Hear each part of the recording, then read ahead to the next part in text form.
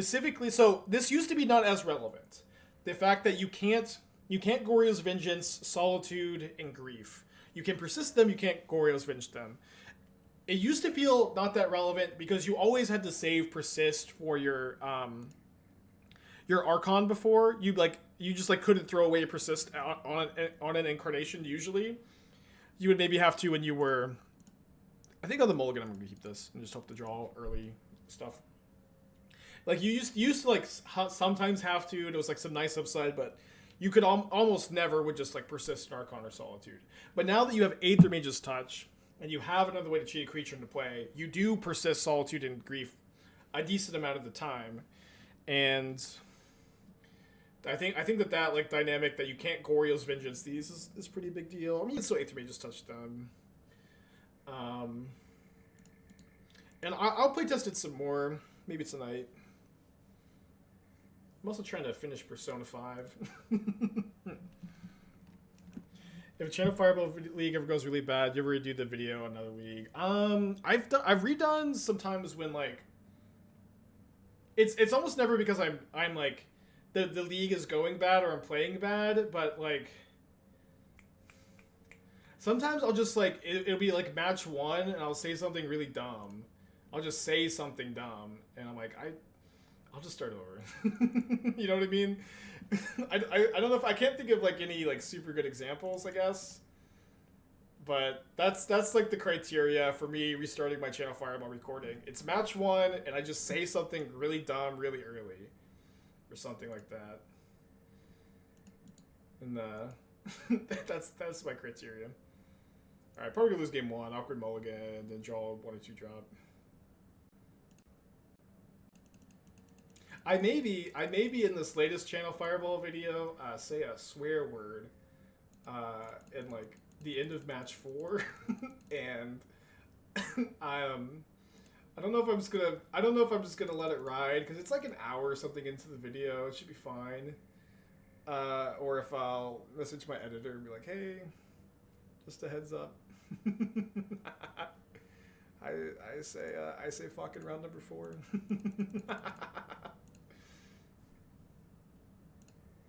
Yeah, it is my first Persona game. I'm liking it a lot. It's a good time. Can they not edit the audio? Yeah, I think I'll just give them a heads up, but it might also just be fine. I'll give them the heads up though. I haven't submitted it yet.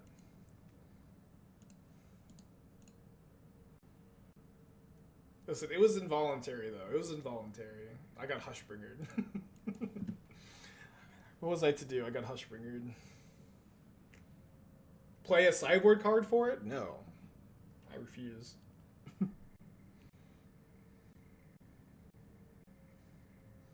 Am I trading Witness for Sentinel? I guess so, with like 4 to 5 minutes and sorcery in hand. Oh, they didn't make a dude end of turn? Yeah, they must have just like misclicked, I guess. Still super behind.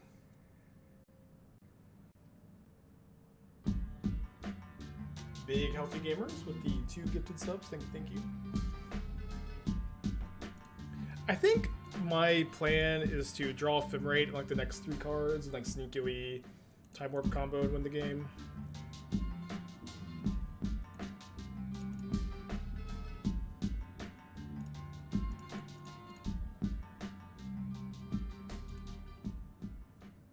Yeah, or at the very least not just jam the company into the double Sentinel.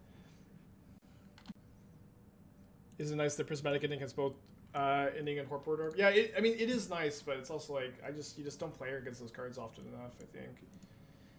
And it's also like, you have to have it in your hand, and then you still have to win the rest of the game, and yeah, the deck text, I think this update is maybe messing you up.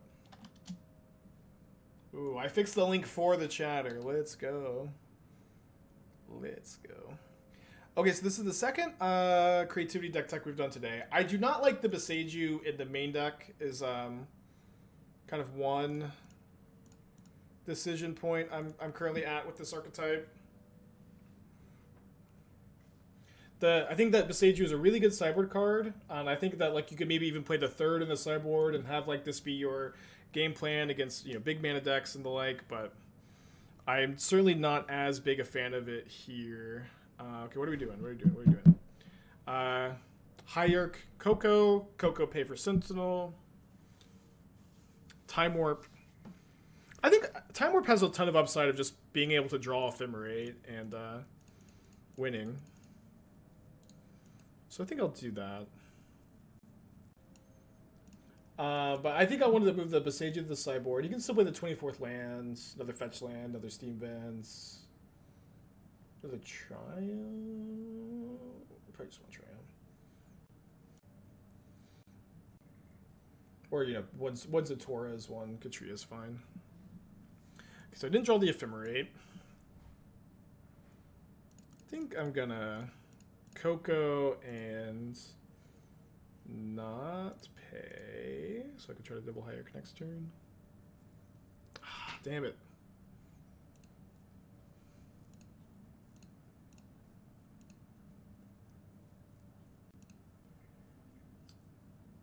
I think we're just dead, but likely dead.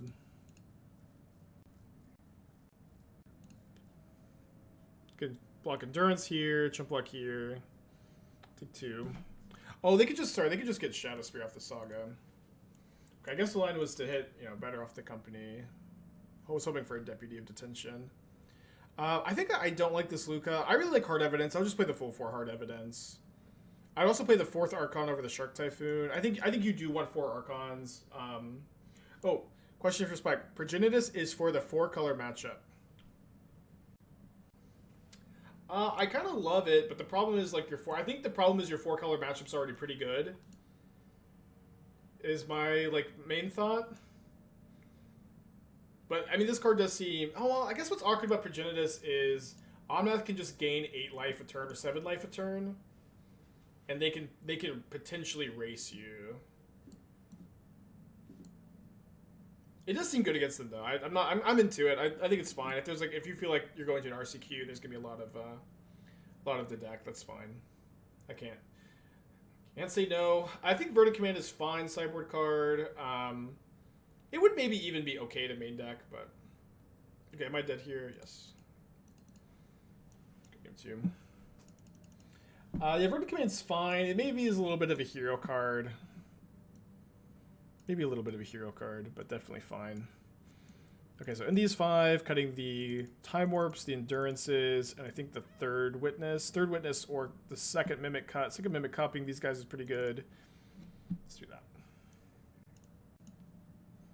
Sundering Titan. I mean, I don't know, but Progenitus seems good. Oh, dude, what if they dress down? Oh, if they dress down, though, they can't Solitude your Progenitus, so maybe it's still fine. They can block it with Ice-Fang that doesn't have Death Touch. I'm into it. Yeah, I'm into it. I think that I would like probably recommend cutting the 2nd Verdict Command for the 3rd Besage on the side. Get another land in the main deck. Again, Typhoon for 4th Archon, Luca for 4th Hard Evidence. But pretty cool list. Sark Typhoon is additional threat against 4-color archons have some affecting and surgical necromancy effects. Don't worry about it. Don't worry about it. Just get surgical. Just get surgical. Surgical is still going to be super good against you. If you're playing... Mill is the only deck that's going to have it against you game 1. You can bring in your Progenitus game 2. But if they surgical your Archons game 1, it doesn't matter that you have 1 Shark Typhoon. It's not... 1 Shark Typhoon is going to be way too slow to race Mill. Don't worry about it. Don't worry about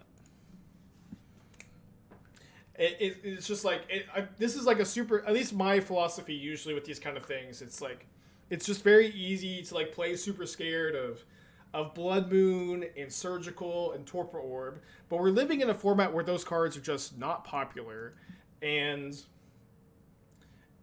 they'll show up sometimes, but it's just like not worth it to make like your every single other game when you don't play against these cards worse, you know. And like you're still weak to Surgical, even with this change. Also, the Midnight Fire Ice, love it, love him, love Fire Ice.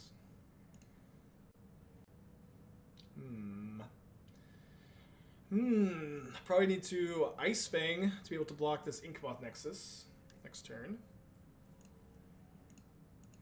But I did not fetch it away for turn 3 Death Touch. Just lose the game, it's fine. It's not an answer that gels with my anxiety. Dude, it's something... everybody's anxiety is a little different, but man, just lose the game, it's fine. Oh, that's the kind of attitude that relaxes me. I don't know. I don't know. I've dealt with like pretty bad anxiety my whole life. I've always had like some weird coping mechanisms where like this is maybe like sad, but when I used to work construction back in the day, I had like this shitty apartment that I hated, and I was like, you know, impoverished, and it was a really rough time. And I remember my coping mechanism was to take my mattress and just put it on the floor. Just take the mattress, put it on the floor, and it would give me like the smallest amount of control over my situation. And that was my strat. I recommend it maybe to some, I don't know. Worked for me. I think we're gonna die to this Giver of Runes though. They have a hammer. We're dead. Feeling pretty dead. I mean, the most personal thing you've shared. Thanks, that's so sad. Yeah, I don't know. I think it's good to be open about this kind of stuff. Especially when, like, anxiety has always been, I think, a big part of my journey as a Magic player, too. Like, it was in this same era where, you know, my life wasn't going that well, but I was still playing a lot of Magic tournaments, and I was really hoping to make it on the Pro Tour. And I went through, like, this era of my life where, whoa, they let me block. Whoa, they let me block. Double block. Does double block beat Colossus Hammer plus Shadow Spear? No. Okay.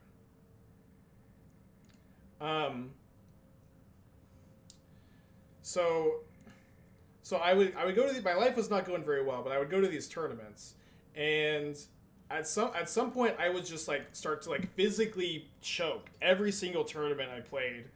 Like just like in the middle of the tournament, it would get really bad. I would just be like physically choking in the middle of the tournament, and it was a really, really serious issue. And you know, overcoming that through medication and and therapy was like a very, very big part of my journey as a Magic player. So I think it's good to be open about that kind of stuff, because I imagine that is not a unique experience to me, you know.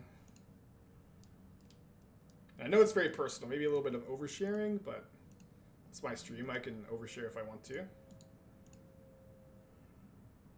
Yeah, I think they obviously could have killed me there. I think they're just too afraid of Solitude. Thankfully.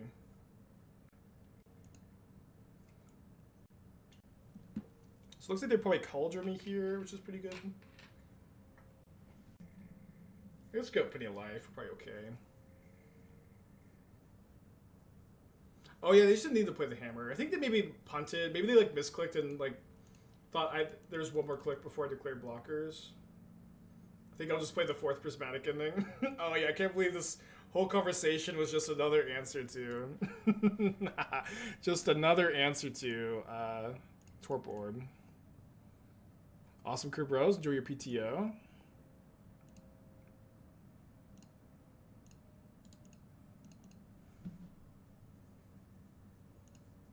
think we'll just get double Soulherder down here.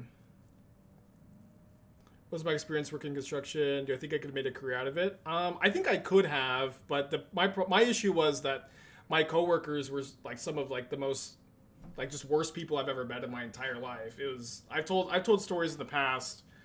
I've told stories in the past, but like the amount of like one time we were at a construction site and we finished the job that was supposed to take us a month, and we finished it in like a week, and like 2 of my coworkers threatened to kill me if I told our bosses that we were done early. Like, not like hyperbolic killing me, like legitimately threatened to kill me for this. And like there is like an insane amount of racism and an insane and like harassment of women. It was absurd. It was just like the worst environment I've ever been in my entire life. And you know, not being able to quit out of need to survive was really rough. I don't know, it was just a hard time. there's like way more, but that's, you know, it was just bad. Yeah, there's also that story. I don't think I want to tell that one today, but I've told that one a few times. Ugh, it's just so rough. What do you do for the 3 weeks? I was there for a few months. I was there for I think like 6 months, and then I was able to pivot into IT work without being qualified at all because my friend of mine got a job for me, which was awesome. We play around. We just don't have to hammer right. What I did a few different things. I mostly did like wire. It was with like an electrician firm, but I mostly did like pipe like construction, welding, running wires, measuring the pipes, running them along the walls, that kind of stuff.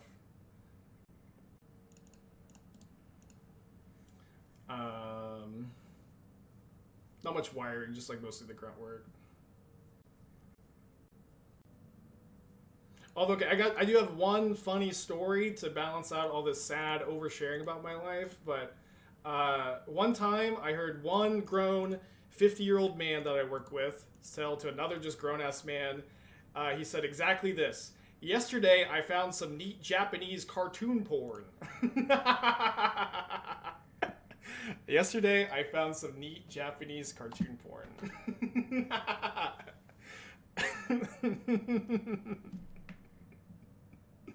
And I still sometimes will say that to my friends.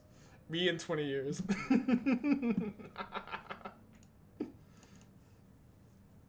Oh man. All right, let's I think kill the Saga this turn. Oh, I guess we can flicker the Soulherder too. Yeah, flicker the Soulherder, kill the Saga, kill the Saga and the Sigarda's Aid.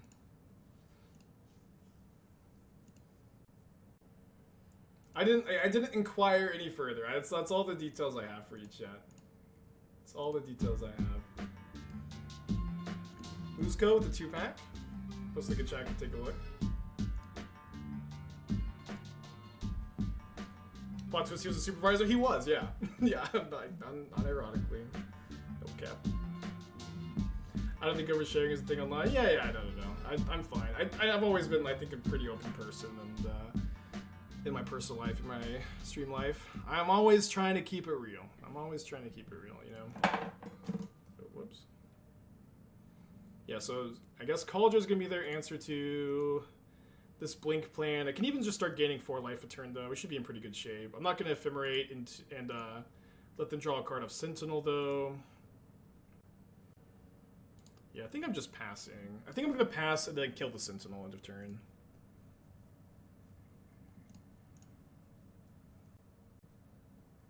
Kill Sigarda's Aid first in case they have Hammer. I think that line's probably better, yeah.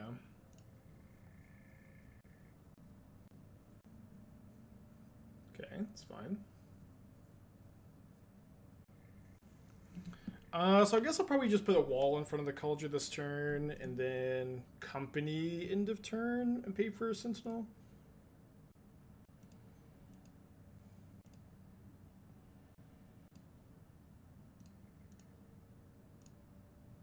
Alright, some other job would I be playing Magic with generally the same approach for the stream, like Modern, Brew, Innovate? It would be a little different. Like, you know, I have had jobs in the past playing a lot of Magic online, of course.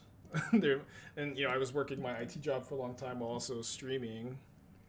But it's different. It's like, I definitely, to some extent, have content brain, you know, where, like, my mind is like way more focused on like finding a cool deck for the stream and like working on innovating than it is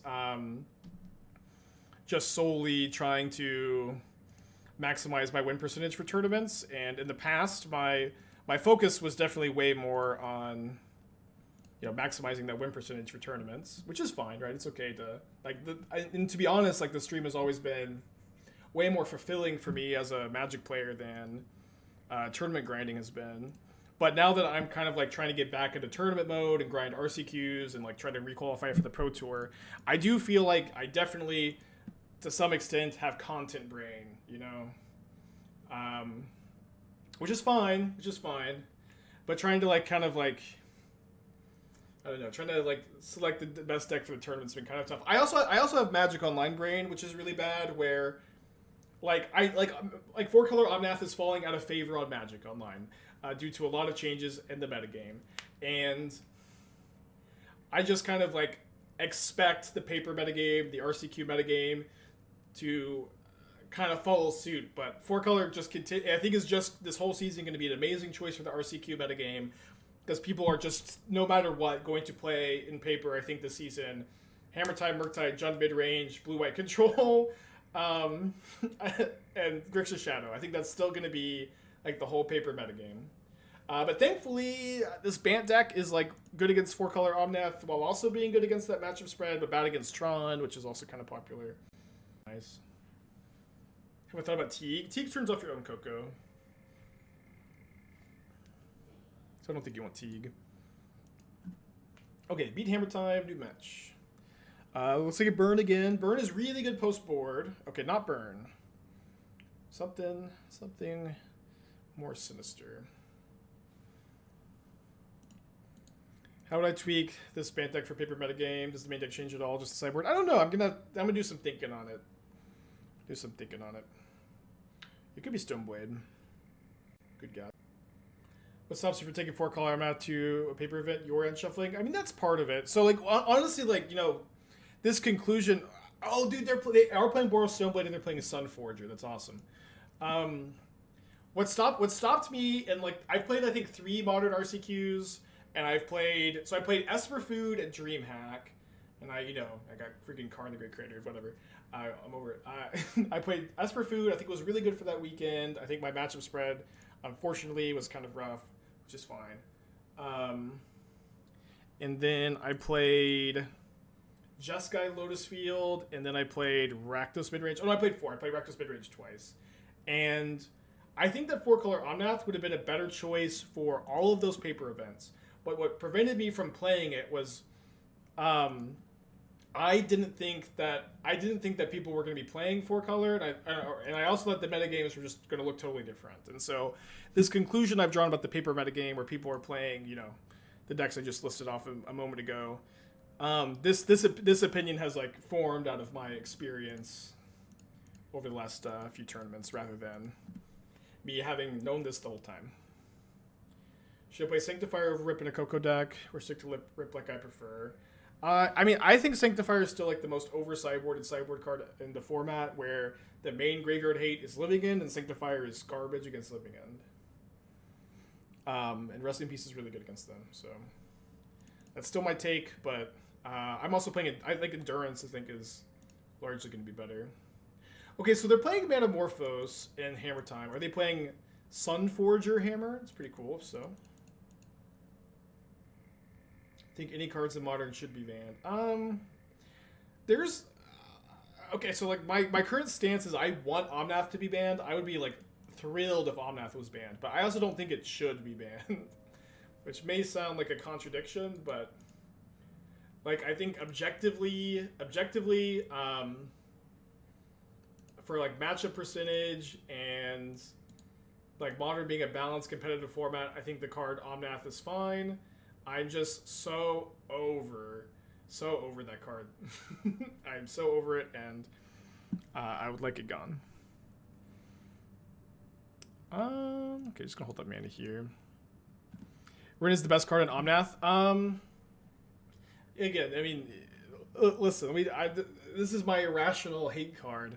What I hate about Omnath is you just get them so far behind where it doesn't matter if they have like multiple incarnations. It doesn't matter if they have even Solitude Ephemerate sometimes.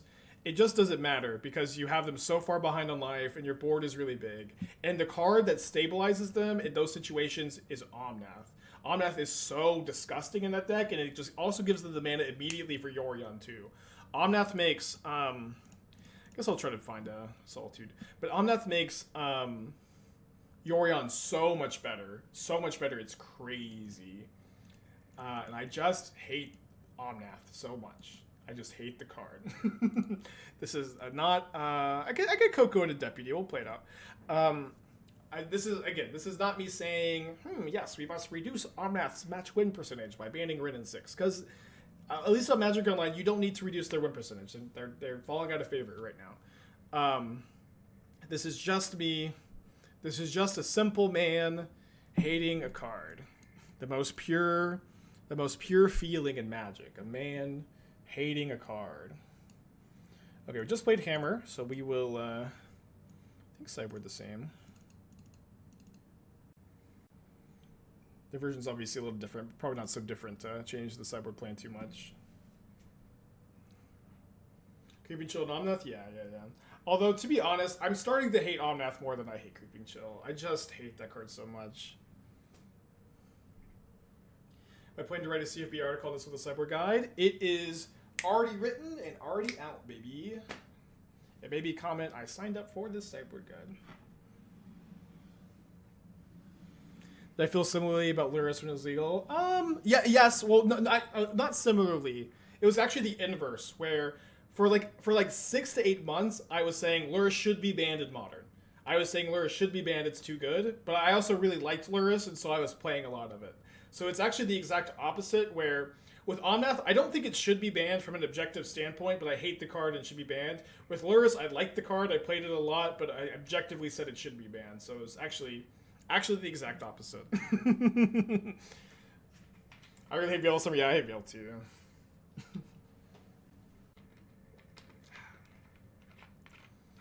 The recommendations of Sorcerer 4-color elementals. Mason Esports 6'5" Clark, I think, is probably one of the premier places to learn. He's like, I haven't read his guide, but I know he's keeping it really up to date. I think that Jesse, friend of the channel Titty Pills, also has some good articles on the topic too. Canister has some older content, but he's kind of like, I think that reading Canister's article, why I'm not playing Omnath anymore, or why I'm not going to play Omnath anymore, will give you good insight on the archetype and maybe persuade you not to play it. I'm not saying, but I think reading Canister's article on like not playing Yorion gives you a lot of knowledge of the archetype, and it's okay to like disagree and say you still want to play the deck. But I think that's a really good place to go. Is Blu-ray Control dead at Modern? It actually just top 8 at Modern Challenge, the Blue Moon.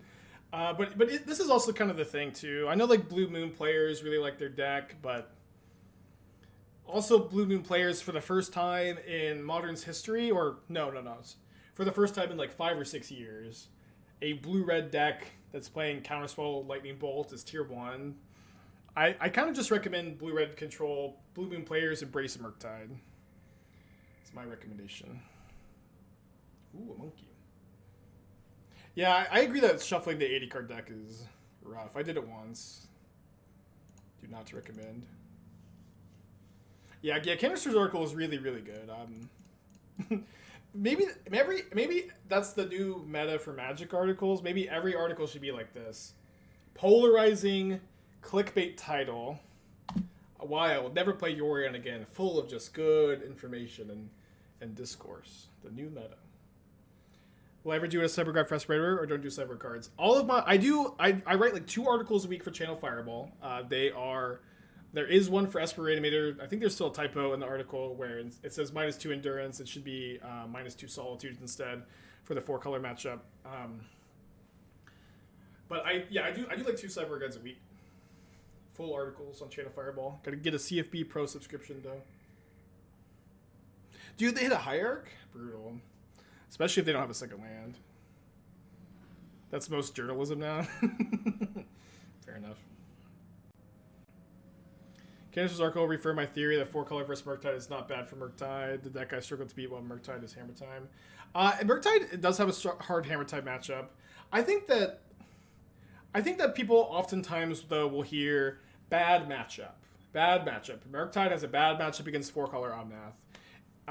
And they'll you know, like which I think is definitely true, but yeah, you can beat it. Like it is not an losable. Wait, they didn't cast the Hierarch. Awesome. You know, you can absolutely beat Omnath with Murktide. But they will beat you more than 50% of the time. You know, they are still a Red and 6 Teferi Time Raveler, Solitude deck. Omnath Yorion are both good against you. They have lots of cheap premium removal. They play Veil of Summer in the sideboard sometimes. It is just not a favorable matchup for you, in my opinion. But again, it's also not so bad that... Well, if they play a Paladin here, they can't equip. They don't have Metalcraft. It's not so bad that, like, you know, Murktide being popular should just keep you off the deck completely. Okay, fair enough.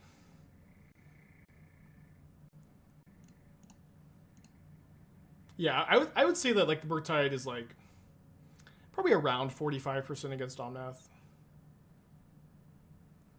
I think 4 colors having best deck syndrome, which Murktide was having for a long time. Because I don't know exactly what you mean by that, but yeah, I think that this is something you see a lot in, like, tournament series grinders. You know, the attitude of just play the best deck, 5-head, which definitely has its merits, but I think a lot of times when you have, like, a player base collectively agree that a deck is the best deck, you see like you know, I guess I don't know exactly what I'm trying to say, but I think you see the player base, like the hive mind, agree deck like Omnath is the best deck, and I think that kind of, like, group think can lead to some fallacies in your thinking, and I think that it can spur some innovation too.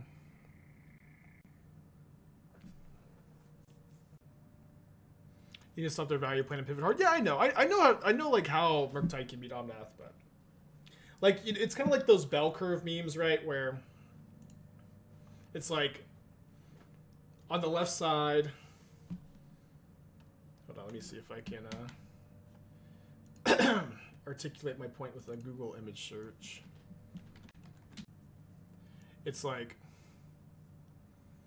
this is like, oh, Murktide is a really bad Omnath matchup, and then it's like, no, Murktide is favored against Omnath actually. And then on this side, this is at least, you know, me representing my point, like, biasly, I guess, but this is the no, Murktide is not favored against Omnath, but it's not that bad. It's not that bad. You're like a few percentage points below 50. You're gonna beat it a lot of the time. You can play well, definitely win. But I think that it is a degree of copium to declare Murktide has a good Omnath matchup. You know, that's at least my evaluation. And that's fine. You can have a slightly unfavorable matchup against it.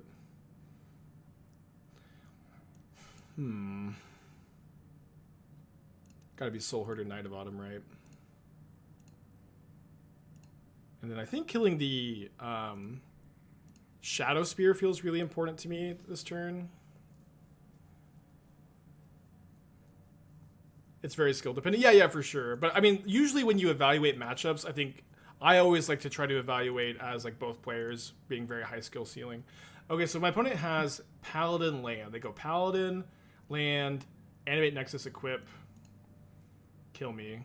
Oh, sorry. So I'm actually just gonna go fetch Plains main phase to cement Ephemerate in my opponent's brain. But I'm also gonna kill their hammer so I don't die to that line.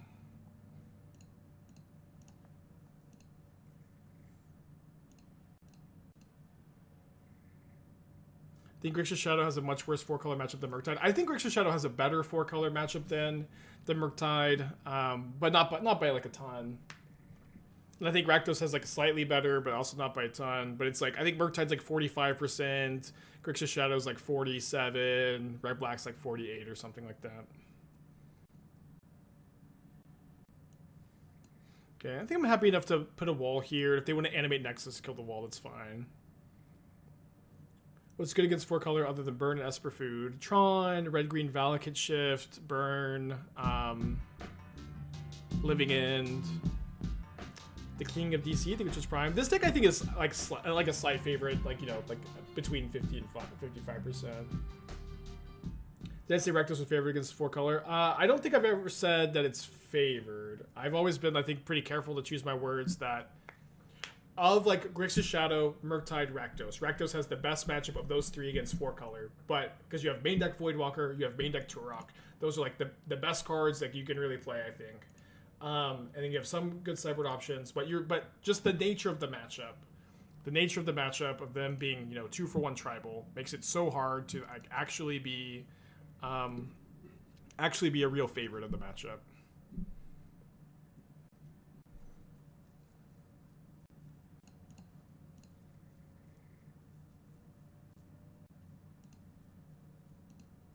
A lot of people think Living In is best. Living In is very good. I think that anybody who has the opinion that Living In is the best deck has not come to an outrageous conclusion.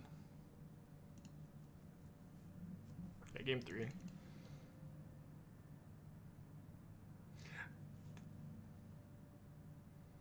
My issue with 4 colors has literally answered everything, even has bad matchups. You need to draw specific answers to win. Yeah, but the thing about 4 color is they're an 80 card deck, so it's like not that easy to draw the specific answers in their bad matchups. Obviously, they can sometimes, but that's like why it's not favored against Burn and Tron and Valakut and these decks.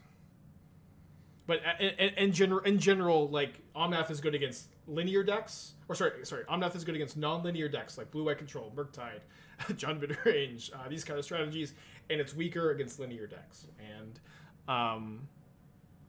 weak against combos in general because it's an 80 card deck. But just like any other deck of the format, it is like definitely capable of winning its bad matchups. Wasn't Esper Food like X1? Yeah, with Esper Food, I think I'm 15-1 or 16-1 against Omnath.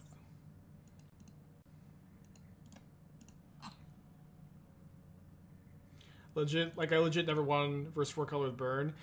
Yeah, I like this is we were talking about this dynamic earlier because this is a Aspiringspike stream and talking about the same things over and over again. But like when you lose with Burn against 4 color Omnath, it feels like you're losing like 10 games. It's just so bad. But like the reality is that like against their average draw where they just like don't have like 2 removal spells into Omnath Fetchland, which is like a very hard curve for them to have consistently, you're really good against them. And even like your Skull Cracks can buy you time against them too. And I think that you can ask like any 4 color Omnath player and they'll tell you that they're not favored against Burn, but Burn definitely does not have like a huge slam dunk matchup against Omnath like Esper Food or Tron or Red Green Valakut or one of these decks has against 4 color Omnath. It's definitely like one of those like slight favorites instead of like huge polarizing matchup. Deck tech for Mardu General. We've done this a couple times in the past. Mardu General. Oh, dude, I've been I've been obsessed with Can't Stay Away and General Rockerick. Basically, the entire time Can't Stay Away has been legal, and I have not been able to figure it out.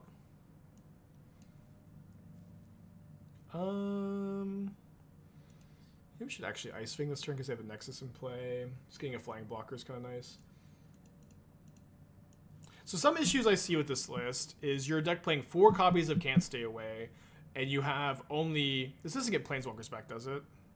You only have 6 real targets for it. You have 3 copies of Kroxa, which is not very good at all to Can't Stay Away because it gets exiled.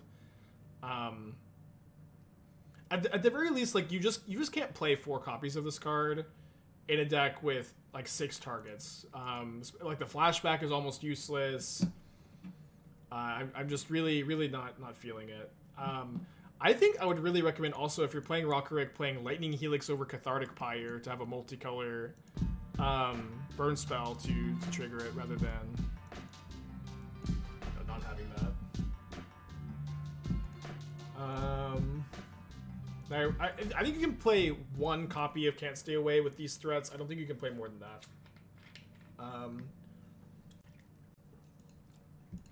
Kaya is also, I think, narrow enough of a card. Kaya's like a pretty narrow card that I think you can maybe play like 1 main, 1 side, maybe 2 main, but 3 main is like way too many. Nahiri is also like very strong. It may be better to play 0 Nahiri, 0 Emrakul, and play Showdown of the Scalds instead as a 4-mana multicolor card advantage engine that plays really well with your generally low mana curve, really well with Manamorphose, better with General Rockerick, giving you more spells to cast. I also really dislike Skyclave Apparition, so like I want to be down like 3 Can't Stay Aways, 2 Skyclaves, and then That is 5 slots, and this is also like why I get stuck with this archetype a lot, is that it's very hard to fill out this list without splashing a 4th color, which is what I like to do, playing green for Rin and 6 and Omnath. Oh, Vindicate. I love Vindicate. I think that card's awesome. I think you could maybe play 4. It's kind of a lot, but obviously gets extra value because of the Rock Rick. Okay, Vindicate is also like, it's definitely like a card that I like more than than the degree of good it is, but boy do I like that card. As far as the sideboard goes, I would play the 4th Fulminator Mage over the 1st Crumble to Dust every single time. The Ashiok are fine. I don't really get the Legions in, besides understanding you want more 2-mana removal. Oh, you probably need to play Solitude. Sorry, you need to play Solitude. Yeah, you need to play like you can play like 2 Vindicate, 3 Solitude, or something, or like 1 Vindicate main and like Solitude's in the side, or like Vindicate over Fulminator in the sideboard. But that's the card that you're missing, is that 0-mana interaction in your Chalice of the Void deck is really, really key. So that is usually like the deck I like to play when Chalice is like super good. But I don't think Chalice has been like that polarizingly powerful since Omnath has been as popular. Can't stay away hits Grist. Yeah, okay. I have dude, is this the 3rd Hammer opponent in a row? Okay, I guess last league was all Titan and this league is all Hammer. I mean, Hammer is a good matchup. I think I'm just gonna be playing basics for Ice-Fang. But I can maybe try to find my Can't Stay Away draft. I've had this for a long time. It is big garbage though. I've got Territorial Kavu, Can't Stay Away, Grist, General Rockrick, 1 Clothis, Collected Company. Oh man. Oh man. Oh, it's so bad. It's so bad, but oh man, do I have a soft spot for it. Okay, Ice-Fang's nice. I think I'll just this turn go Deputy, the Giver of Runes. Next turn I can go like Soulherder, Ice-Fang, potentially. Yeah, this is definitely an example of lost in the sauce deck. And then and this is why it's this I've never streamed it, right? This is why I do a lot of playtesting off stream, is so I give you guys the good stuff and not this kind of stuff. I was also working on this might still get there. This deck is really, really missing like a good 2-mana creature. But I was trying to port the Jund Company deck into just green-black, so you can play Witch's Cottage. And Witch's Cottage is like theoretically sick with Eternal Witness, Fulminator Grist. You unearth Eternal Witness, and then like unearth your Fulminator Mage. I didn't test that deck as much as I maybe wanted to last night though, but it might end up getting there. We'll see.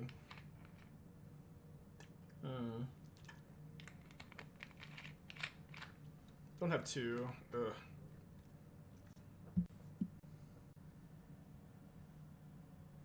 Yeah, no, please don't say Grim Player.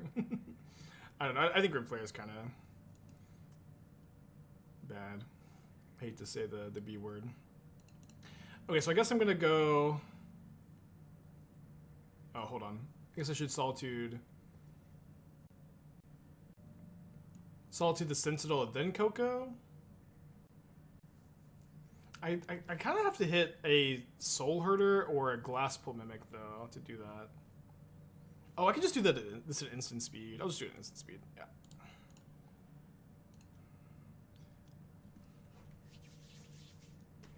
It's way better. Coco first. I think it's not better to Coco first. And what's cool about this is I can stack the triggers where Sentinel gets exiled, and then with the Evoke trigger still in the sack, I can cast the Coco, and if I hit Glasspool Mimic, I can copy the Solitude. Skill Punish. This is game 1, so Blacksmith skill is like a lot less likely. Or maybe not a lot, but like somewhat less likely, I should say. But you can't play around everything. In combat hardcast, I think that this is better. Uses my mana a lot better, but I mean keeping the Soulherder around is also nice, and I could flicker the Soulherder with Solitude, so maybe that is better. It's way better against Spell Pierce. Oh my gosh, dang it! Yeah, I think hardcast was thinking about it a bit more. Hardcast and just flicker it with Soulherder. That's gotta be better.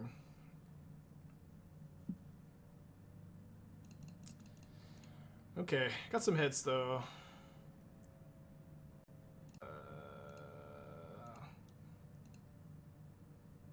Well, that's kind of funny. If I draw a basic land, I can like theoretically just block this. Okay, so that's 9 points of toughness in front of this Pure Steel Paladin. I take 4, go to 1. Okay, this is definitely the most fun outcome.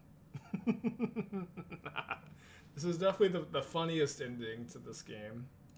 No, that's the least fun ending. Okay. Yeah, as I messed up, I should have hardcast the Solitude. Got a little too fancy with my... I was just like really excited to try to Glasspool mimic a copy of the Solitude in combat. This is my third Hammer Time match in a row though, so we're getting very used to sideboarding. Yeah, hardcasting Solitude was right. I just like got fancy play syndrome, trying to like find a Glasspool mimic. Obviously, the line also like it looks a little bit worse than it was because I got game 1 spell pierced, right? Where it's like, oh, that line was so bad, but like you're just not that likely to get spell pierced. Be right back. Why did I think I had Glasspool on top of my deck? I didn't. It was just fancy. Like, it would have been cool. You know, it's just a mistake, chat. How many times do I have to say it was a mistake? Please, spare me.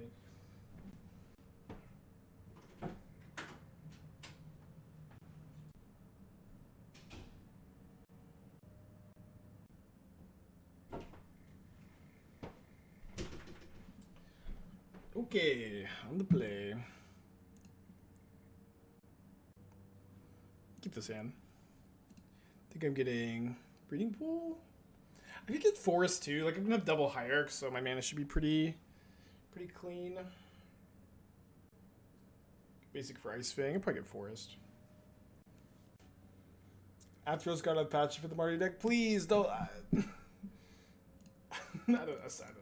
The Marty deck is too sweet. Don't tempt me with Athros God of Passage. I mean, also that card's like just actually not that tempting. It's not very good. Just so tempting though. I love that card.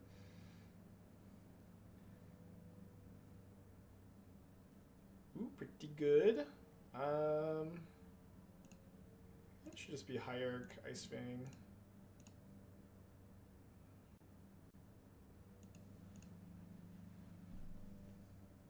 Poor news, my new job doesn't block Twitch. Awesome. Congrats on the new job, Shane.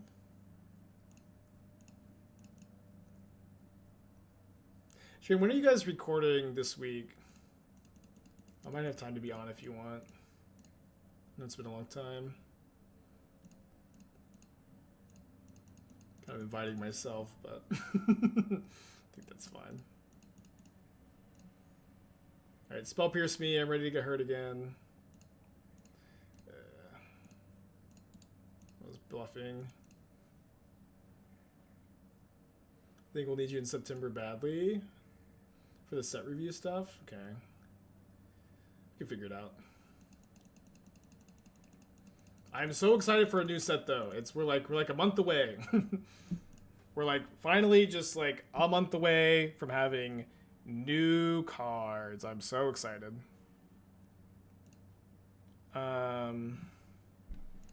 I mean, I think I'm supposed to go Witness Land Soulherder here. Imagine playing Urborg Witch's Cottage. You can make sure it hits your mimics. Juicy.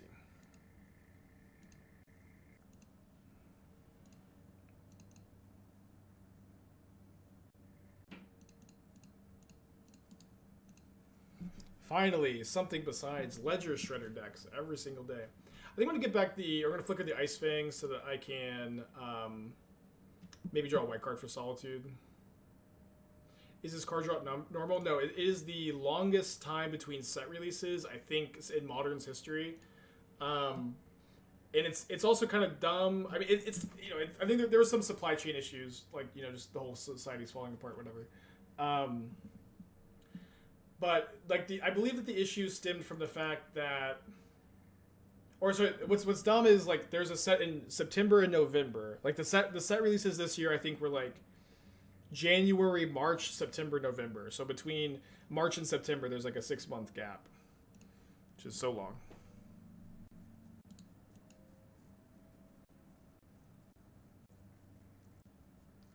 Okay, I think this is fine if they don't have another hammer. Famous last words, right? I think I'm going to block the construct with my Ice-Fang to force the Giver of Runes to tap. And then I can go Hardcast Solitude, Flicker Solitude, exile these two, or Giver, and Pure Steel Paladin, which is maybe better. No, I have to exile both of these. Never mind. Oh, they just have Blacksmith skill. No, I go to 1. They miscounted. They miscounted! Okay, awesome. They punted so bad. Let's go. See, I'm not the only one who punts, chat.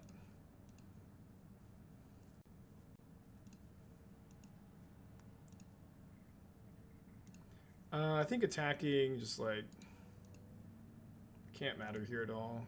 We're at 44, 46.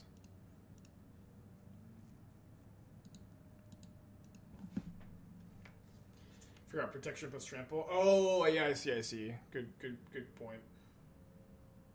3 cards in their hands. I agree that a break from spoiler season is good, but the problem with like this spacing is that it doesn't solve the problem where it's way better to just have 3 months, 3 months, 3 months, 3 months than like a month and a half, 6 months, a month and a half, you know? That's the issue. Not that anybody's probably arguing with that, but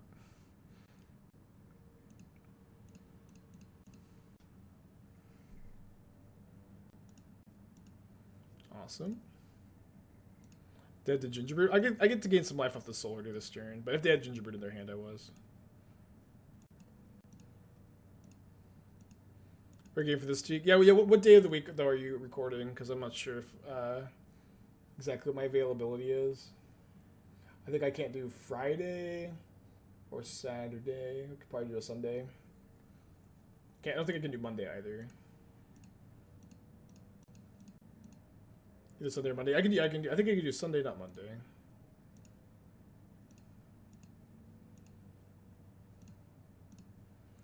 Do I have 8 mana for next turn? Yeah, I'll just double Coco next turn. What a swingy game, huh? Swingy game.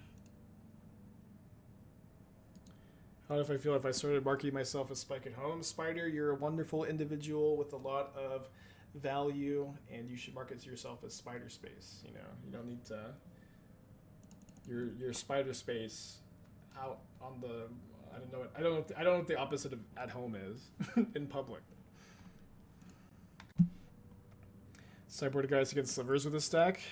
Just like put no effort into sideboarding against slivers. Like, I would maybe even consider intentionally mis-sideboarding to give the sliver players a chance. Let them win one, please. We need to give the sliver players some W's. Right. It's hard to mulligan Soulherder Knight of Autumn, but I think we have to. This hand's good though. I think we're putting back Fountain. It's fine. McDonald's is the opposite of at home. True.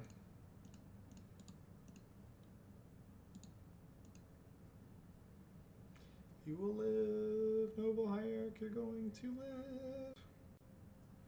It's too soon to say goodbye. Yes, Aspiringspike, forbid me now to die. I'll obey. I will try. Got there. Remember, if you want your Noble Hierarchs to live, you have to sing to them. And if a judge at your local RCQ says, excuse me, you can't, this is the 3rd time this round you've broken into song, it's very disruptive for the rest of the tournament, you just say, Aspiringspike told me it was alright. Sunchild, thank you for the 10 months, appreciate ya. So you would think if they had a hammer in their hand, they would have just jammed. Yeah. too surprised to get mana leaked here. That's fine. I think I'm not going to block if they attack with the Sentinel, so I'll attack. Yeah, call that judge a hater. Bolt, thank you for 3 months. Appreciate you. But also don't do that. Yeah, mana leak strikes again, huh?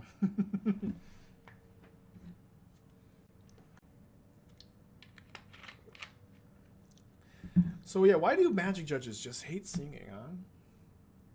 What's the deal with Magic judges? I'm trying to break out into song, bringing a little life into this tournament, and they're screaming at me. Okay, so I'm not going to want to trigger their Shadows or their Sentinel. I will just main phase the Ice-Fang. It'll make my Soulherder better next turn. Knight of Autumn is a good top deck. Obviously, I have to survive a little bit, or actually just fade exactly Colossus Hammer this turn, or if they have Blacksmith skill, they can skill, whatever.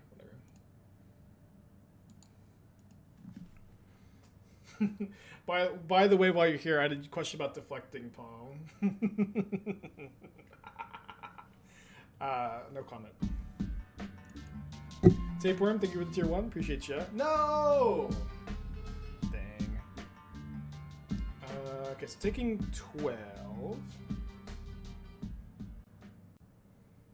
Taking 12. So I just have to Knight of Autumn the Hammer. Knight of Autumn the Hammer, and then they can give protection from blue, white, or green, but either way I can block with something and live. The other leak don't do it. What do you want me to do? You want me to just die? You want me to not play around the leak? You just want me to... you could have mana leak here. I can see it.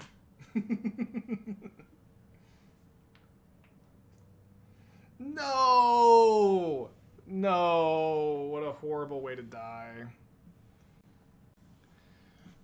Why did someone in chat last game say dead to Gingerbrute here? Ugh. Thoughts to kill spirits, stop trample? I don't know. We don't die to the trample here. I think that could have been fine too. That was just like the worst way to lose that game.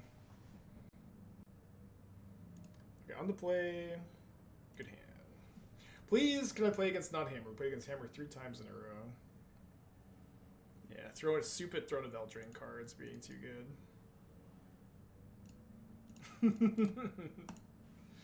Throne of Eldraine, unironically more powerful than Modern Horizons 1. Probably not 2 though. Although I guess maybe like maybe it was just more polarized, but I don't know. Throne of Eldraine has 3 banned cards in Modern. Modern Horizons 1 has only 2.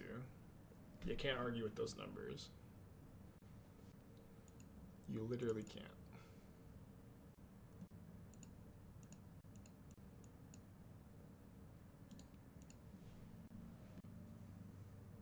So see, one knows you can blink, kill the Hammer next turn. The problem is like the Giver of Runes, like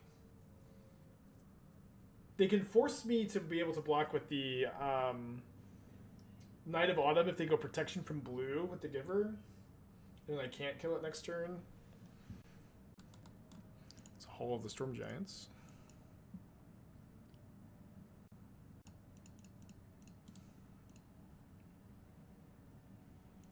Is this Blue Moon? Blue Moon top 8'd challenge, I think, this weekend, or top 16. They wouldn't even play a Hall. I think that Blue Moon usually plays a Hall. I mean, a Hall of the Storm Giants at Murktide isn't like ludicrous, you know. Luda. Fury Pitch Blood Moon. Okay. So they could probably go 2-2 here. 3-1. That's got to be misclick. Or unless they just have Bolt. It doesn't matter. Okay. It was fine.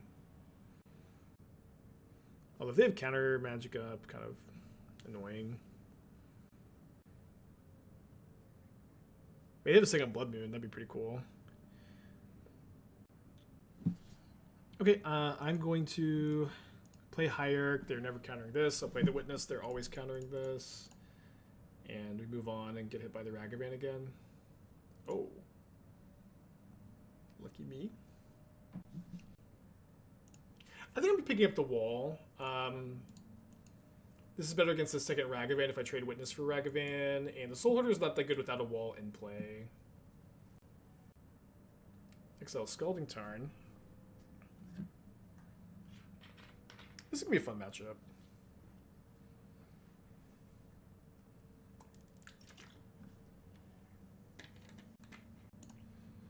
Thought about just jamming a Time Warp. I think that might have been okay.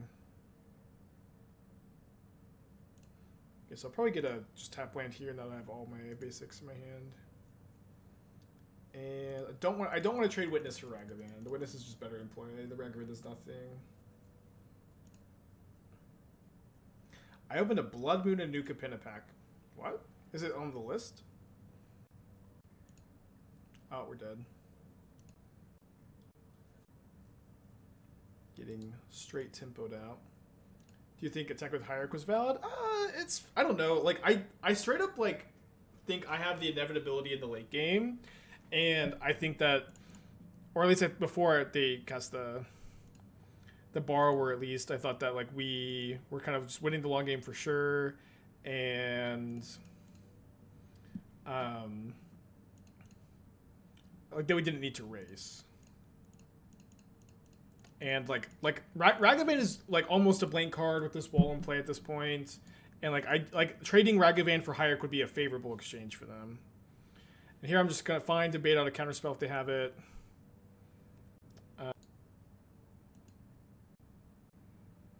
That being said, that 2 bolts. Could just get tempoed. Tempo.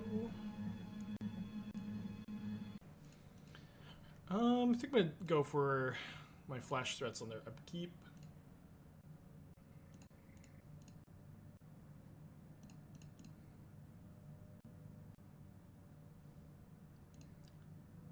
Then maybe now that this is resolved, I'll hold the Solitude. I don't know if they ever fire up Hall.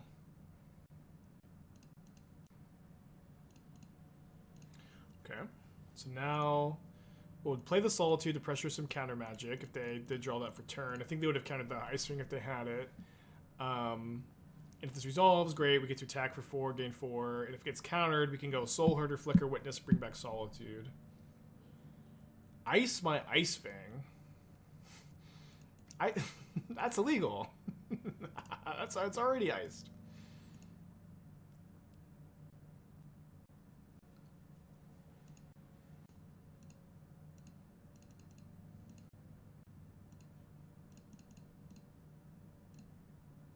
I guess I'm grabbing the Time Warp. Oh, it didn't fire? I might have fired there, I don't know.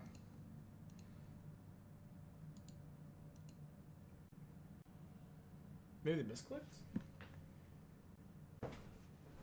No, they're definitely looking for a counterspell because they responded. Okay, Exile's Island.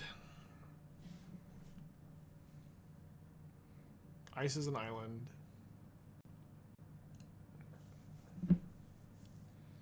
So up against the Blue Moon, it's probably the challenge list. So I'm going to bring in these Forge-Tenders, Durances. They were playing Murktide if I remember correctly. I think we play just one Time Warp. You just don't need. You can just kind of. This is a matchup where you can just outgrind them. You don't really need that as the inevitability as much. Probably find a kind of Mimic. Could be Digger for Bolt. Yeah, maybe. Just finish your Argon deck. Great breakdown strategy field deck. Awesome. Glad you liked it.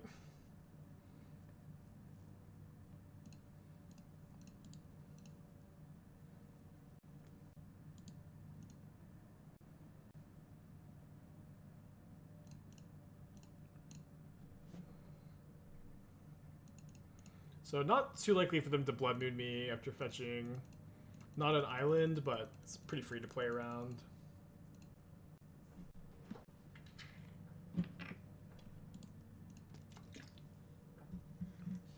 Looks like a game where I'll be trying to instant speed collect a company. Overall win rate. I stopped keeping track after I published that article, but it was like crazy high at the time of publishing. The variance has corrected itself some though. But high, still crazy high. Alright, guess we're jamming.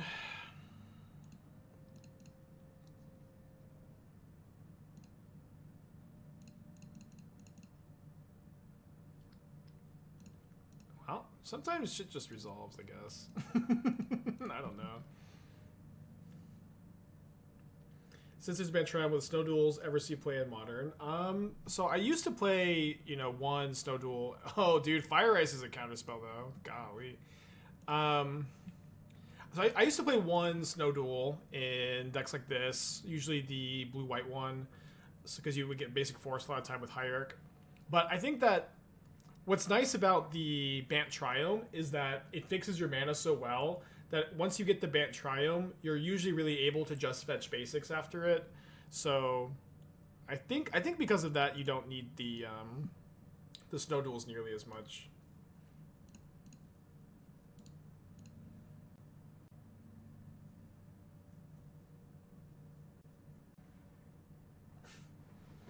Alright, Tempo, bouncing the 1-drop.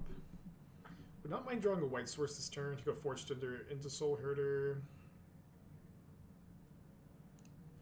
It's also fine.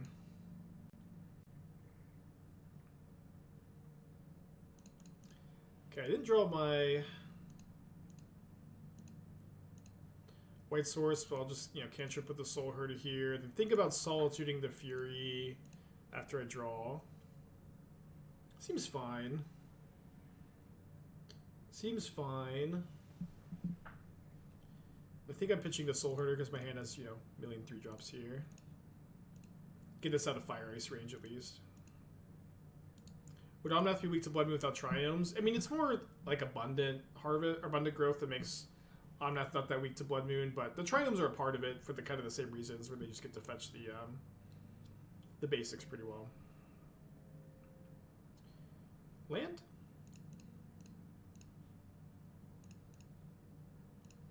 Okay, we'll get the Bant Triome with this. Our mana will be good, I think. Although we could maybe get a forest to play around Blood Moon some more. I don't know how necessary that is. I think we'll just get the Triome. They have 2 cards in their hands. They haven't had much counter magic so far this match. Although this is probably a good good turn to try to resolve an Endurance. Just chill.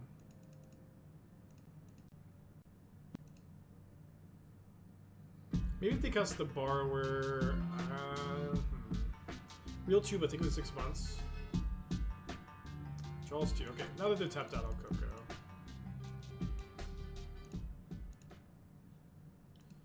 And what to get back with Coco is probably interesting, or with Witness is kind of interesting. Land letting me double 3-drop seems nice. Coco for value seems nice. I think that my hand being full of so much action, I really want to start double spelling. I'll just get a land.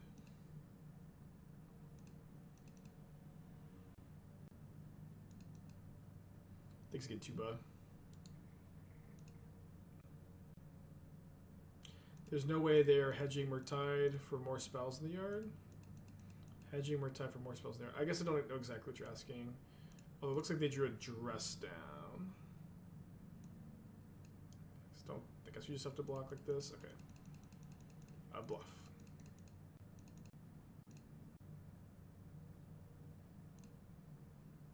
That was a comment from Sharma Scott's AC.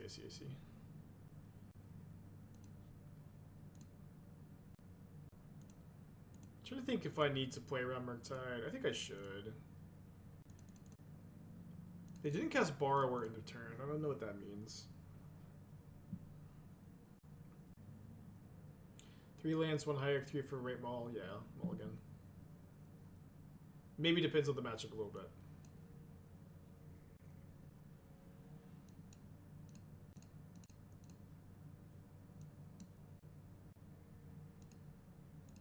Alright, fair enough. you win this round. Is Fortune over Sanctifier a choice because it's a 1-drop? It's a choice because it blocks Ragavan on turn 1, which is really important, and stops Fury, which is also really important. Okay, so I'm going to go, I think, Time Warp this turn. Forge-Tender. I think I hold the Mimic. It's close, kind of. But I can still... If I draw Ephemerate, I still have infinite turns, and I'm planning on going Witness Soulherder next turn, which I don't need the Mimic in play to have that much mana.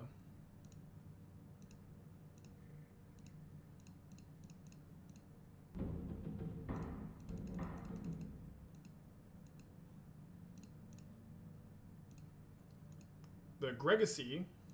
That was an awesome username. Thank you for your resubscription.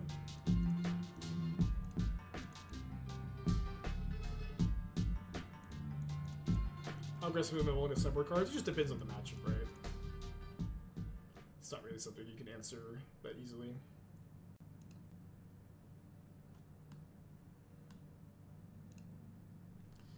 That is a real problem, I think. I mean, I guess I still have the infinite turn combo. They can find a counter spell. I don't know. We'll see. We'll see. Dress down, also a problem.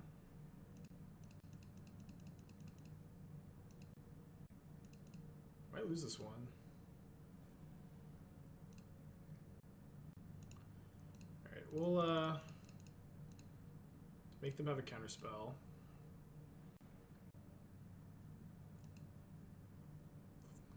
Test passed. How do you feel about sacrificing Soulherder and Eternal Witness to kill Narset? I guess I can just attack with both Witnesses, both Forge-Tenders, put the Narset to 1. Also seems bad. I think we'll just pass.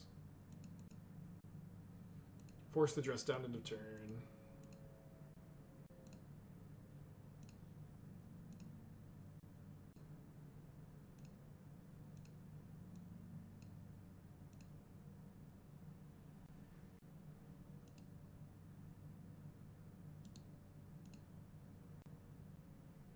Another counterspell. At least they can't Fury me because there's the dress down in play. Despite me having lost my Fury protection. That's true. With Ewit being what we're flickering, we can maybe just ignore the Narset for a little bit. Well, now they found a Lightning Bolt. I imagine they'll kill the Soulherder. Oh yeah, we can attack with the wall. That would be an achievement to unlock. Although you can't even exalt it if there's dress down in play. Okay. It's fine.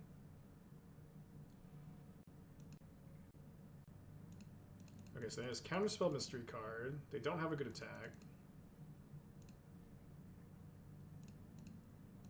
We only have one Time Warp in the deck, so this relic means we are not Time Warp comboing this game. Unless we draw Endurance. Can Endurance in response, I guess. Ooh. Okay, so I think we Glasspool Mimic as bait spell, because they either have to pop the relic or counterspell the Mimic to stop this. And I think we'll get one of those two here. So copy the Witness. Target Time Warp, I think.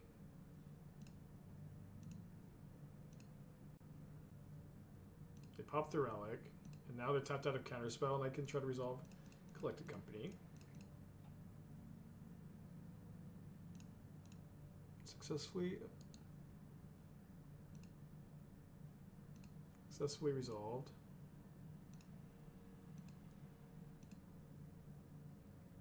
Oh, but I don't draw my card because of Narset. Dang it. So I can sacrifice 2 of these 3 creatures to kill Narset. Doesn't seem worth. When a Coco responds to Relic Pop? I should have, yeah, sorry.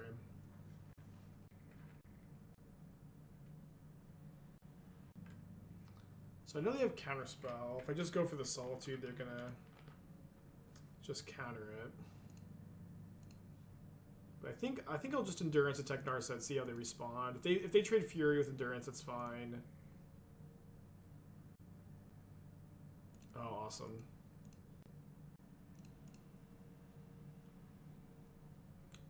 I guess less awesome if that means they just have another Narset in hand, though.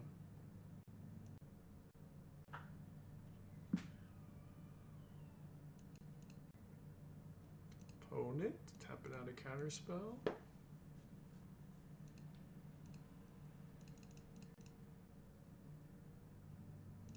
Gonna get an Endurance to get that Memory Deluge.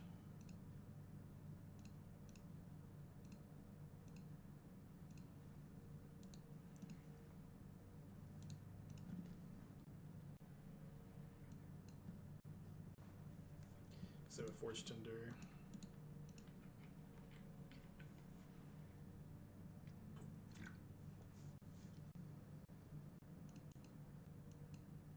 So we'll target the Witness. It's going to get countered. They have 5 cards in their hand. One of them is Counterspell. If they bolt, we have Forge-Tenders. I don't think they'll bolt. Infinite Walls. Probably cited out their Ragavans, if I had to guess. So we'll just play this tapped and attack with one of our Endurances, I think. We only have 19 cards in our library, which should be fine. We'll just have to be like somewhat mindful of it, right?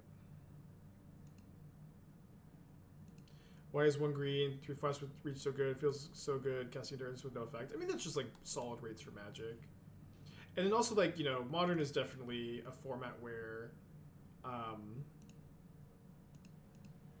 you know, games are often about, like, super cheap interaction and really efficient, powerful sideboard cards. So sometimes just, like, a big, dumb green creature or moderately sized dumb green creature is just, like, not something that, you know, decks are, like, that equipped to combat. They played Otawara. That's interesting. Let's not save that to channel this late in the game. Yeah, people have suggested Arcades the Strategist to make my walls able to attack, but I would just be very worried to attack my walls and let my defenses down.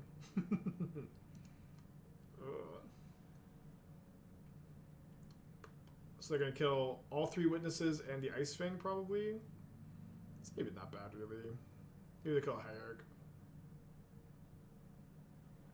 Do I think ETB creatures are too strong right now? Would adding another good dress down torpor effect make a difference? I'd rather not see cards getting banned personally. I don't think that ETB creatures are too good, no. I also don't know how it gets much better than dress down or torpor orb in the format either. I guess I should have waited until end of turn because they didn't target the Hierarch, but this trade is just gonna happen at end of turn anyways, so I'm just letting it happen now.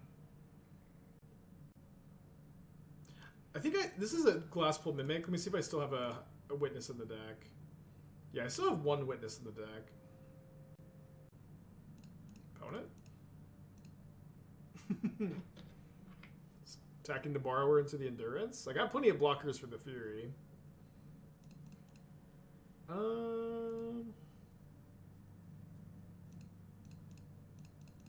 Yeah, I'll just exile both Solitudes.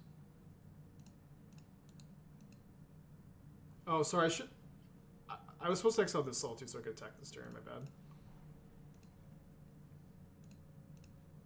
It's okay.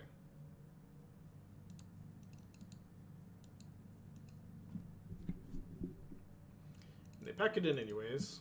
Okay, 3-1. I think we did a league prediction at the beginning. Game 1, you're either trying to Time Warp or Solitude Ephemerate them out of the game. Solitude Ephemerate loop with Eternal Witness is very good against them. Knight of Autumn is good against them. Meddling Mage is good against them. I think I'm 6-2 against Titan overall. I think this deck is actually competitive in the long run. Mord was saying he doesn't think it holds up well as Cheese Touch and Red Black. I mean, this deck has like a very undeniably nuts win rate. I mean, long run is like, I don't know what the future holds, but I would say that this deck has felt better than the Cheese Touch deck, and both have been good for sure, but I believe in it.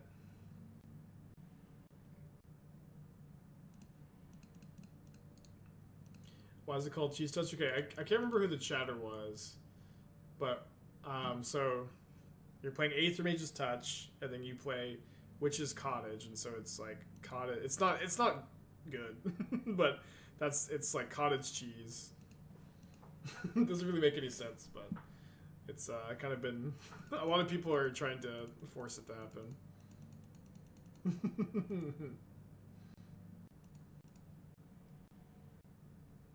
Okay, so all red fetch lands looks like creativity. Too bad you can't Glasspool Mimic Archon.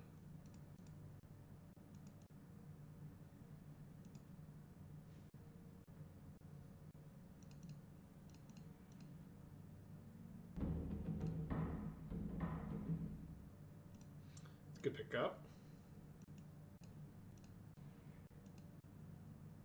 Yeah, it's now officially the Cheese Touch Lobby has accomplished their goal as the new official name of the deck. Should call it Cottage Cheese. Well, maybe because it's like, I don't know, cheesing your opponent out of wins. I don't know. Again, the deck name's right. The deck names always come from the community, come from you guys. It is impossible to force a cute, clever nickname for a deck. They just have to happen organically or not at all.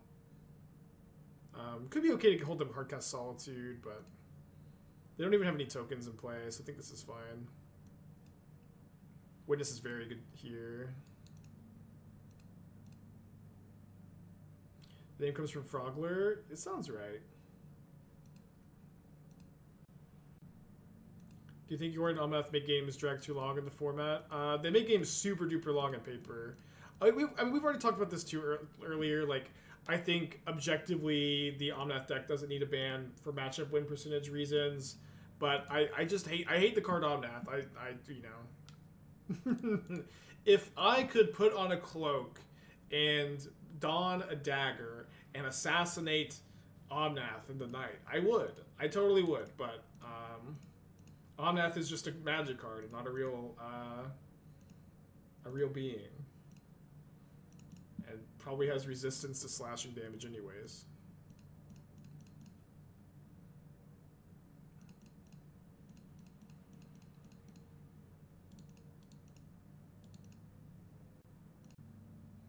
Yeah. Have you seen how ripped Textless Omnath is? I stand no chance against that guy. I stand no chance. Gonna be piercing damage? Yeah.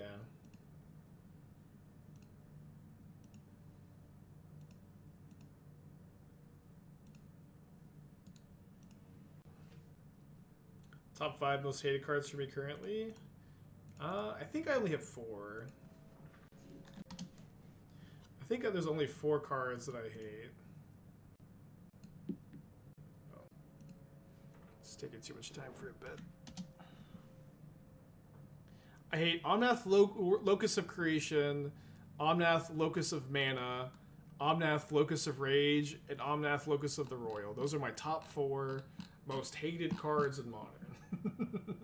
And I guess number 5, if I had to pick something random, I would maybe go with Creeping Chill.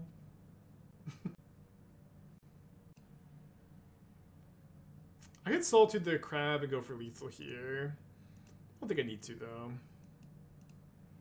Let's make him chump block with that. Can I force Venser into the deck? You can do whatever you want. Do whatever you want.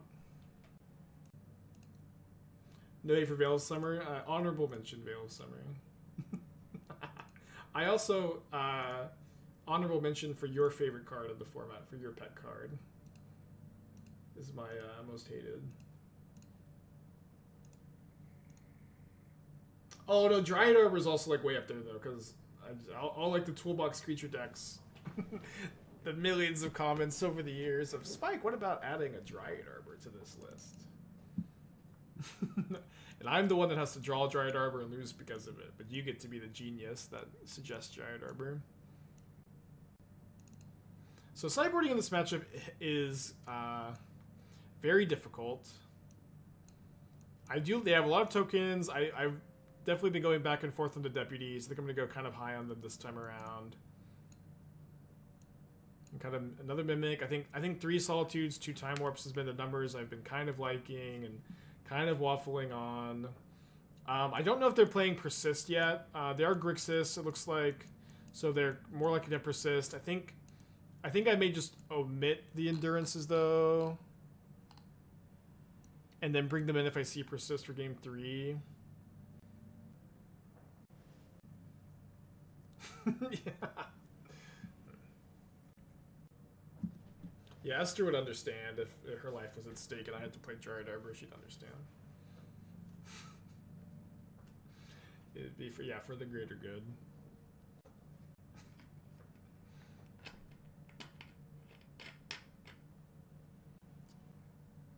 This hand's okay. I think it's the key, but I'm not super excited about it. Yeah, see, she's here, she understands. Can you just hear me saying Esther through the wall, or are you tuned in? Esther's office is right next to mine. Okay, definitely keeping this hand against Inquisition. How's the Titan matchup? It's very favorable post board and unfavorable game 1. I'm currently 6-2 against it overall. I would prefer if Omnath was a 7/7 because then it would have already been banned by now.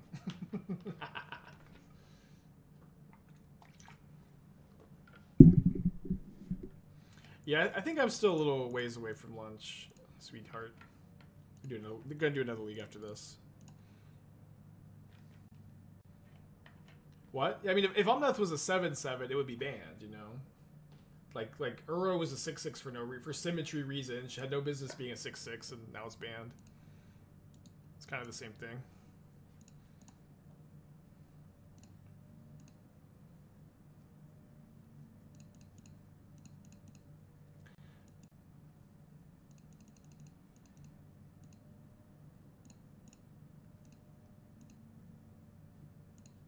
So I'm not sure if I'm supposed to be solituding this Goblin Shaman.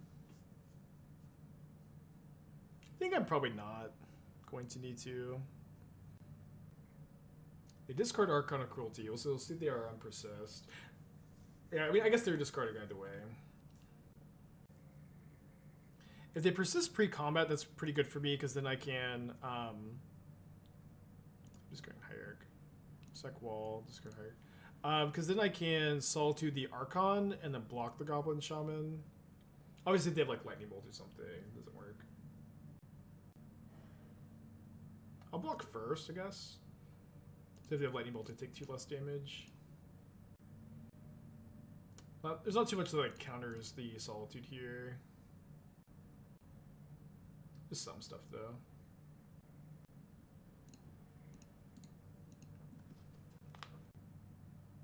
They have something, I'm assuming. Okay, successfully took 2 less damage.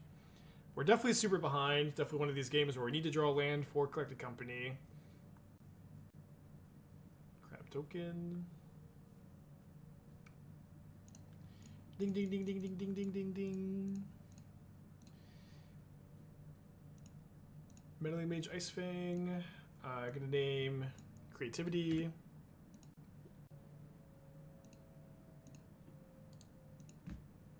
Not too bad. Yeah, a reman would have been brutal, but I mean, you know, sometimes you lose. Tainted Indulgence. Not discarding an Archon.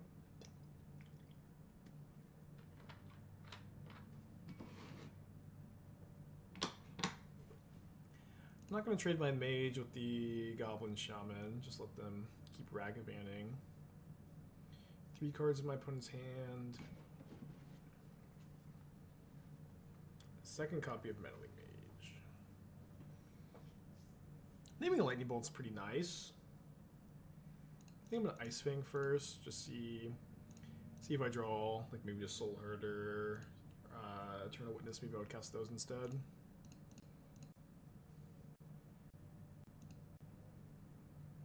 No, I think the persist version almost never plays transmogrify, so I don't think I'm supposed to name that.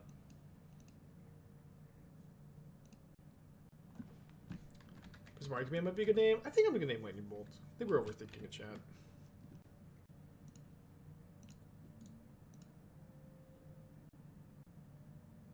Attack. I guess I might double block. I'm probably double block the token. Remain feels pretty good in mine right now. Solid against Living In, Murktide. It's not good. It's good against it's good against Murktide region. It's bad against the rest of the Murktide deck. Okay against Nomnath, yeah.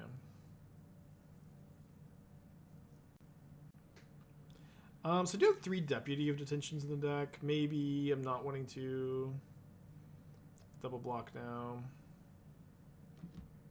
I'm taking a lot of damage. I think I'll just take 4. Snow Covered Permanent lets me start trading with these Ice-Fangs as well. Yeah, that is true. They can't just hardcast Archon soon. Ugh. So maybe I need, if I find another Meddling Mage, I guess I can name Archon, but that's a very good point. Fable is so cracked in creativity. I can't believe we've had like 1,000 streams where chat just goes, I'm not gonna play. I'm not gonna play it. I'm gonna play. Worst card you've ever heard of instead. Okay, so I'm definitely taking Deputy. Don't know what the other card I'm taking is. You just gotta be the Witness.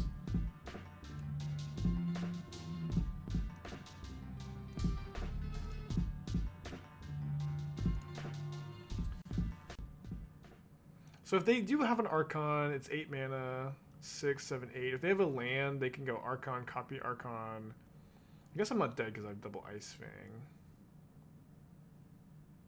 How much mana do I have? I have 6. I think I'm just going to take... A Deputy might be good to pick to exile both of these, though, next turn. Let's pick up a Deputy.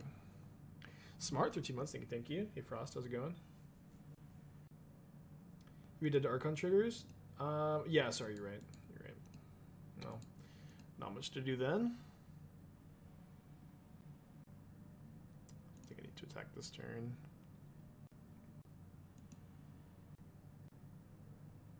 They do have to have land Archon, which is, you know, not that unlikely, but not a definite thing that they have either.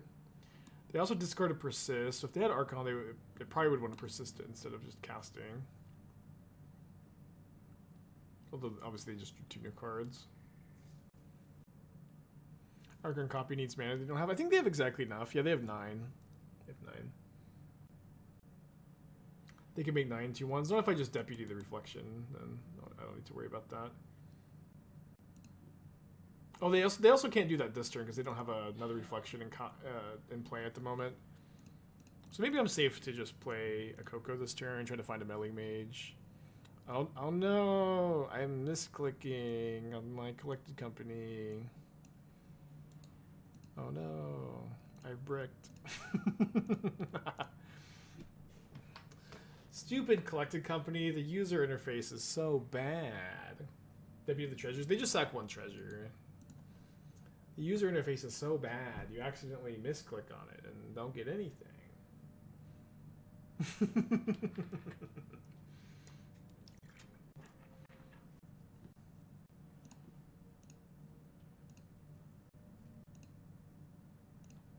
Okay, they're copying the Reflection. Yeah, and I think they realize, oh, that doesn't do anything. I don't think I want to Deputy 1 treasure. I think I'll just Deputy the Dwarves this turn so I can attack with my Meddling Mages. Although, like, let's just put the crabs in front of the mages.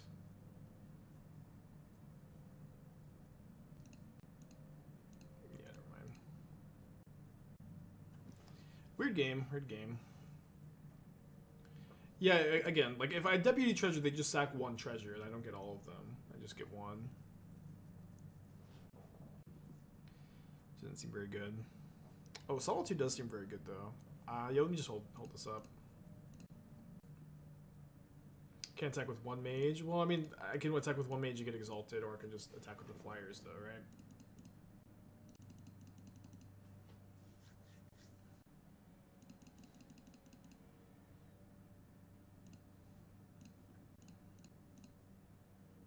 Oh, wow. That's nuts. Alright, company. I sure hope I don't misclick this time. Oh, boy. Okay, so we're going to name Archon of Cruelty. Or, yeah, Archon of Cruelty. Archon of Cruelty. Why not attack all? Well, they have crab. I know it's like a big, ugly board state, but they can go crab here, dwarf on the Eternal Witness. I guess the deputies get through, actually. Yeah, I guess it's just big, ugly board state syndrome. But I'll attack with the deputies too. I don't want to lose my witness. They're out of Dwarven Mine, so I don't need to worry about getting double blocked.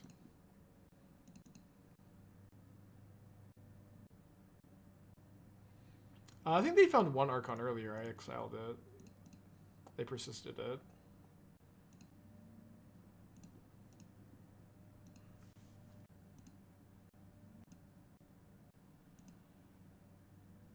My opinion on the Quesarito? I'm a big fan. Very pro Quesarito. I've had a lot of brave statements today. I am Aspiringspike, anti-cheating in Magic games, and pro Quesarito. I thought of adding Gavany Township. You can't play colorless utility lands in your Ice-Fang deck, and Gavany Township is a relic of the past, a dusty relic that should stay buried forever, probably. Or almost buried.